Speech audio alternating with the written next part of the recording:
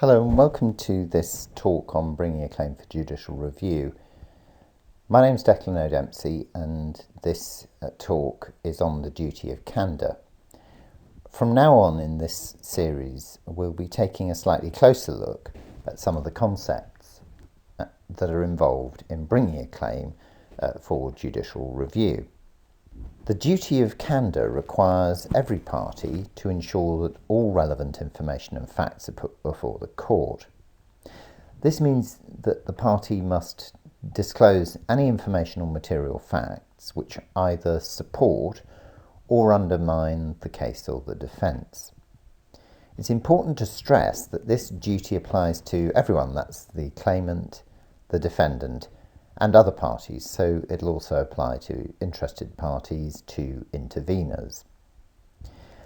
It comes from a principle which was summarised in one case as that judicial review is to be conducted with all the cards face upwards on the table. It involves a duty not to be selective in what you disclose or tell the court about. Here are some examples of what this duty of candour involves. So it means that if a person knows about a legal authority which goes against their case, then they must bring that case to the attention of the court. So if there is a principle which doesn't help your case, you must bring the case authority to the court and tell the court about it.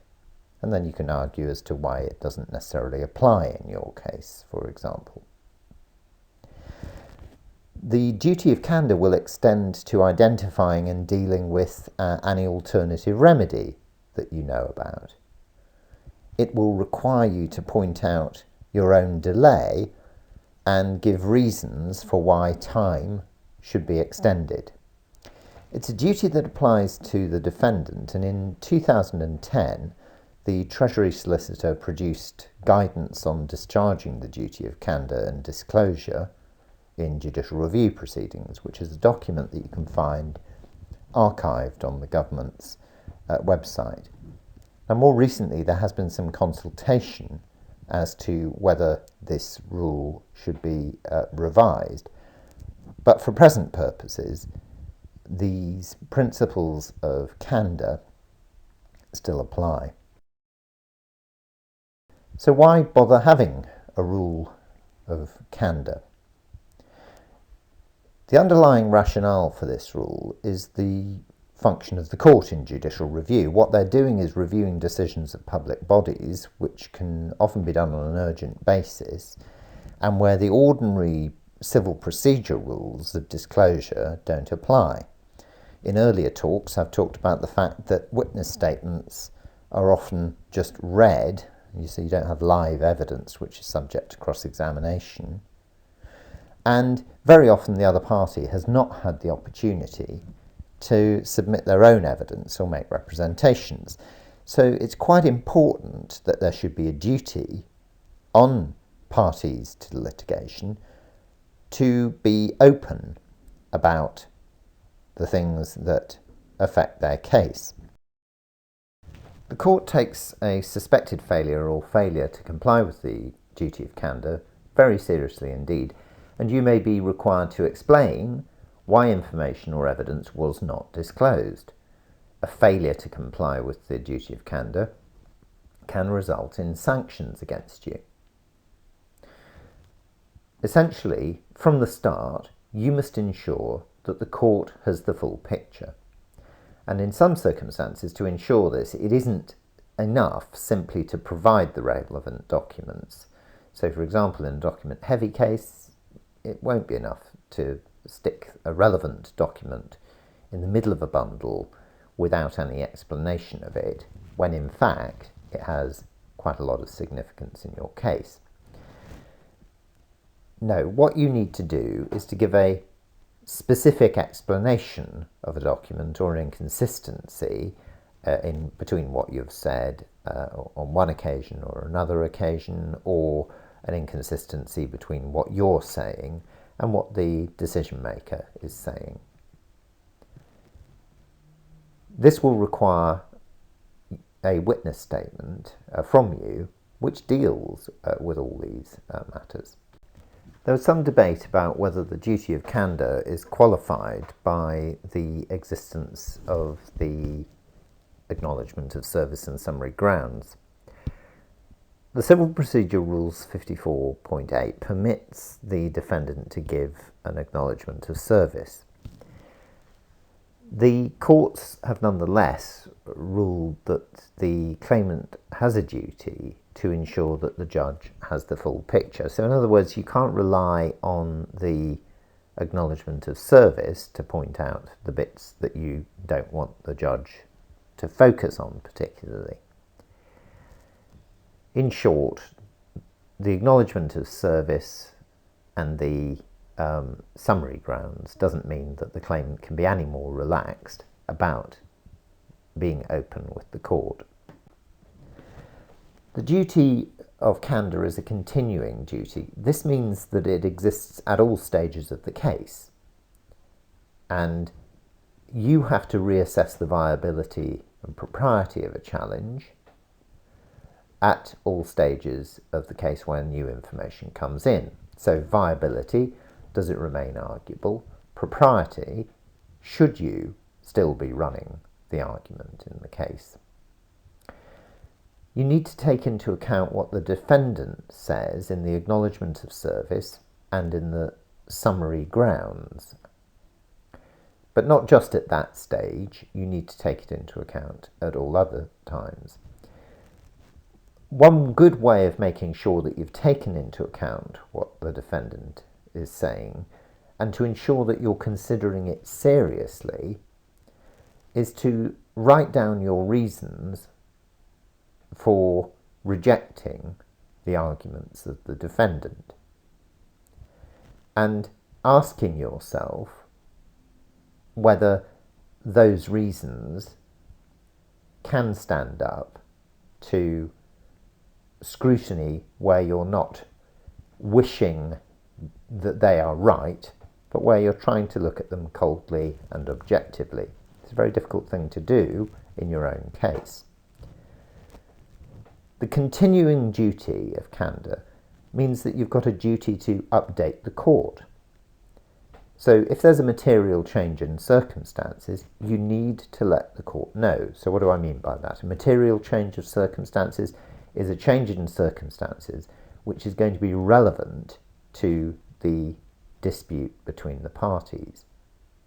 If judicial review actually is no longer needed, you need to tell the court about that. It also means that you must disclose any new relevant documents as soon as they come to light. And of course, it's important to remember that this continuing duty applies to all sides in the dispute. It's important to remember that the duty of candour applies on a continuing basis and at all phases of the case. So in other words, you need to remember to be open about things early on. This will apply to the pre-action stage. It'll apply to your behaviour during the course of the case. So don't communicate with the court without simultaneously alerting the other side, the other parties, that you've done this. You must provide the defendant's response to your letter before claim.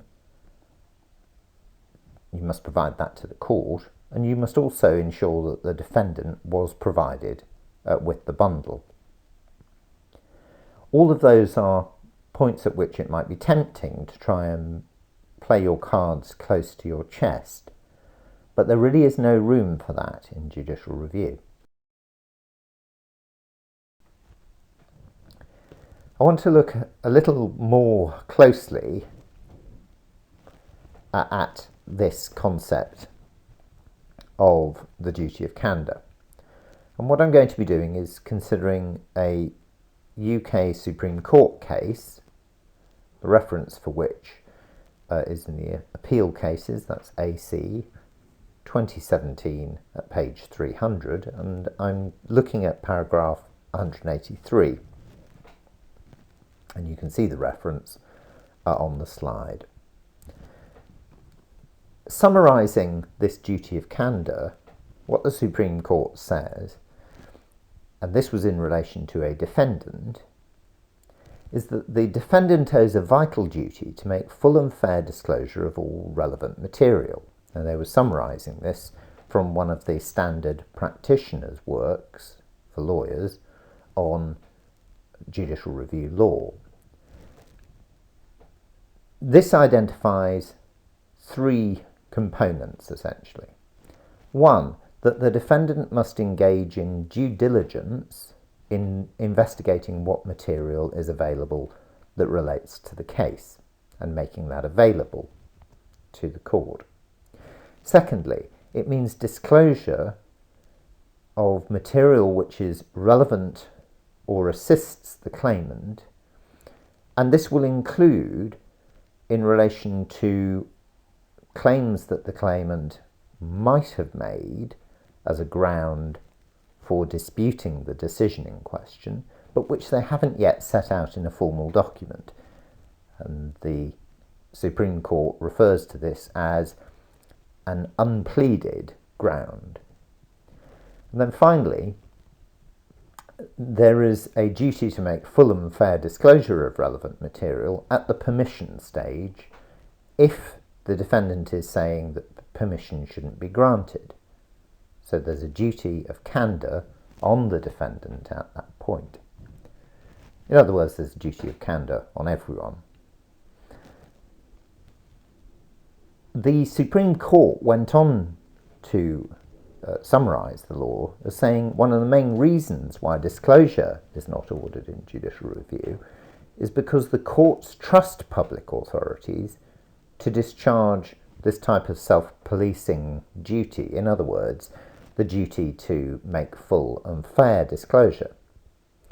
And that's why there will be what's described as anxious concern expressed where it turns out that a defendant has not observed the duty to make full and fair disclosure of relevant material. The defendant, in other words, must assist the court with full and accurate explanations of all the facts relevant to the issues which the court must decide. The duty involves a duty of disclosure of materials which are reasonably required for the court to arrive at an accurate decision. And the Supreme Court went on to say that the purpose of disclosure is to explain the full facts and reasoning underlying the decision challenged, and to disclose relevant documents unless, in the particular circumstances of the case, other factors may exclude disclosure. And the court said, well, these factors may include things which fall short of a general principle that there should be immunity from disclosure on the grounds of the public interest. So something less than that may be capable of justifying non-disclosure. But that has to be consistent with explaining the full facts and reasoning underlying the decision challenged. So, one way of looking at the principles that you need to apply is whether a document that you have in your possession contains material that is obviously germane or relevant to the issues between the parties. It'll be a plainly reprehensible situation if a defendant does not disclose, and more so where there have been pointed requests for the production of documents in a case, even more so where that happens throughout the course of a proceeding, even more so where the existence of documents is denied by a defendant. So in the Supreme Court case that I've been talking about, the defendant had been asked for production of documents, had denied the existence of various documents, hadn't disclosed, hadn't located the documents in a case that had gone through the divisional court and then was appealed to the appeal court and then went to the then House of Lords. When that same case came back to the Supreme Court, as it was by now, the court said that that line of behaviour was not merely unfortunate but plainly reprehensible. So it was a good example of fairly clear breach. However, the Supreme Court went on to look at what they should do about a failure of this nature.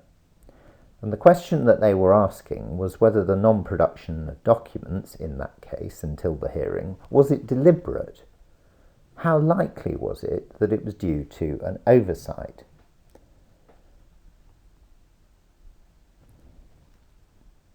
The court plainly noticed in that case that the failure by the government to disclose relevant documents and persistently to do that was a failure to discharge its duty of candour, which was wholly unacceptable. The effect of being found to be in breach of the duty of candour may mean that the permission that you obtained on the basis of what turned out to be false information, that permission may be set aside. If you obtained interim relief, for example, an injunction, that may be set aside. Even if permission is not set aside, remember that remedies in a judicial review claim are discretionary, so you may lose your remedy.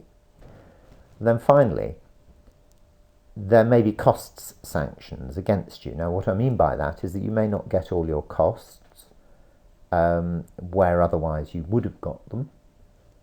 You might end up having to pay the defendant's costs, or some of them, where you wouldn't otherwise have to pay them, or where they wouldn't otherwise be awarded. I mentioned earlier the question of putting a document in the middle of a bundle. It is not enough simply to include a document which may have a damaging effect on your case somewhere in the bundle, or even in the right place in the bundle.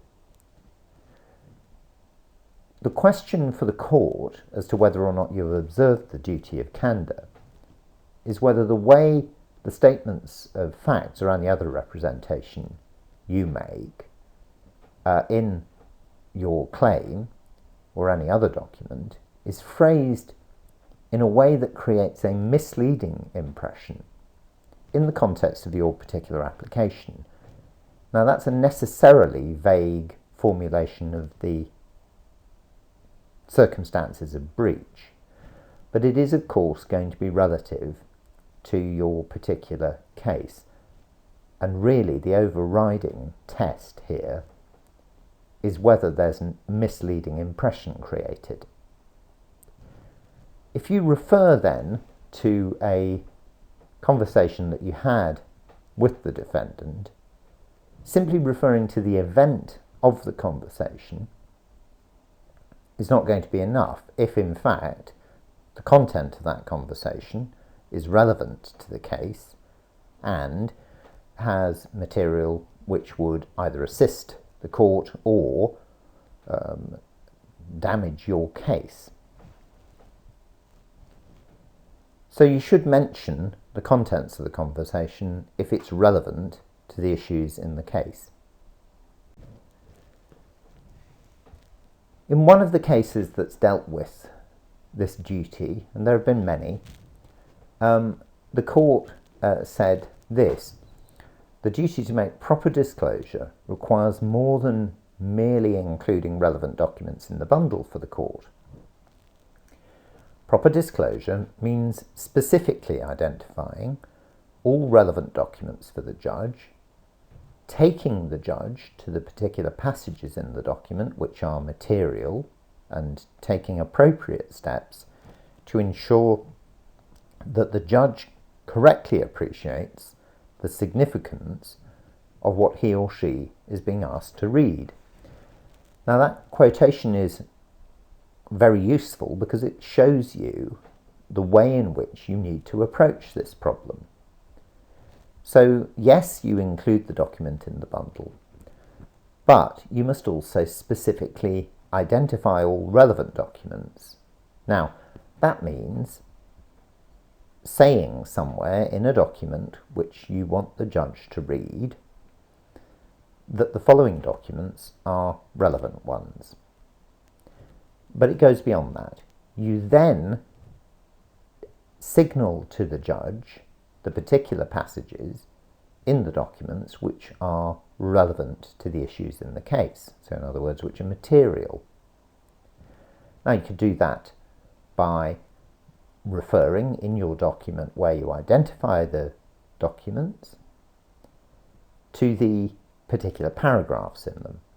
Or you could put a line by the passages which you say are relevant to the issues in the case. But your duty goes beyond that, and here's the next thing you need to do. You need to take appropriate steps to ensure the judge correctly appreciates the significance. So you've indicated which are the relevant passages, but now you need to say somewhere, and I would suggest you do it in the same document where you've originally identified the relevant document. You need to say what the significance is of that document and where it fits in with your claim. And if it contradicts your claim, then you need to deal with that fact and explain why, in fact, it doesn't wholly undermine your claim, for example. In a more recent case in the Court of Appeal, the court considered the impact of acknowledgements of service and summary grounds. What it said was this, that in applications for permission to apply for judicial review and applications for permission to appeal to the Court of Appeal, the respondent will be aware of the application and the material relied on by the applicant, or in your case, the claimant. It said that a particular rule requires the claim form in applications for permission to apply for judicial review, that's Rule 54.7, to be served on the defendant within 7 days, and 54.8 requires the defendant to file an acknowledgement of service and summary grounds within 21 days. It drew an analogy between that and the situation with filing an appeal notice. The Court of Appeal went on to say this at paragraph 46 of the Shahrazad case. In considering a judicial review or appeal application in which it said that there is a breach of the duty of candour. So what it said was this, that providing a partial explanation in the statement of grounds and facts, which is misleading, will be a breach of the duty of candour, even in the context of the defendant knowing about the application, because, for example, they've put in an acknowledgement of service and been served with all the documents. It's not good enough, they went on to emphasise, to provide a pile of undigested documents, especially if the case is a document-heavy case, or if you're a person who has knowledge which would enable you to explain the full significance of a document. It went on to consider what the effect of a breach would be. And this is the approach which will recommend itself to a court. In considering the effect, for example, setting aside permission, striking out, not granting the remedy that's being sought, the effect of a failure to explain material in a document which is disclosed and which is adverse to the claimant, it's relevant to consider whether the failure to explain the material was innocent in the sense that the relevance of the material was not perceived. So pausing at that point, what this means for you if you're being accused of a breach of the duty of candour is to explain whether or not you understood the relevance of the document. So in some cases that will be reasonably straightforward to do if it's a technical, complicated point that's being made in it or it's not well expressed. But in other cases it will be plainly obvious that the document is relevant and what's being said in it is relevant. So what the court will do is to evaluate the seriousness, for example, of a non-disclosure. It will consider the context, and you need to address all these things in any response to an allegation of a lack of candour. So you need to look at the context, help the court to look at the context. For example, in a lot of cases, you'll be able to argue that there's no breach because the document was disclosed by you. Well, that would be the kind of case which is not a document-heavy case, and there's no suggestion that deliberately or inadvertently the document has become hidden in a pile of documents. It's also worth asking what prejudice has occurred to the defendant by the alleged lack of candour. And in this respect, the fact that the defendant has had knowledge of what you were saying may be relevant, but it's not an overwhelming point. The court will also need to consider whether a breach could be remedied by other means. So instead of setting aside permission, that the court might be able to penalise you in costs. And again, you need to have a think about and address that aspect of the case if you're trying to resist a particular type of sanction that the other side is saying the court should engage in.